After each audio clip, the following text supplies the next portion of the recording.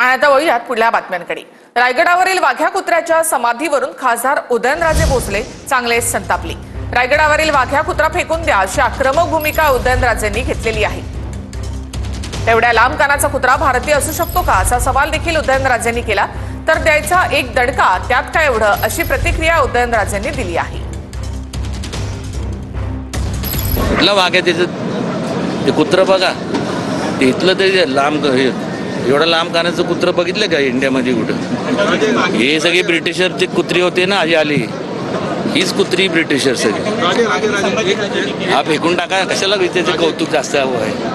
आता उद्या काय द्याचं दणकाने टाकून द्यायचं, एवढं काय किती विचार करायचं। गव्हर्नर हाऊसची जी जागा आहे ती जवळपास 48 एकर आहे। किती? 48। आणि ती त्या जागेत व्हावं, एखाद्या राज्यपालाला राहायला जागा लागते तरी किती? 48 एकर म्हणजे काय थोडी जागा नाही। आणि अरबी समुद्राला लागूनच त्या ठिकाणी व्हावं, ह्याची सुद्धा संदर्भात मी दोघांशी, अमित शहाजींशी आणि देवेंद्रजींशी बोललोय। त्याची सुद्धा त्यांनी घोषणा करावी।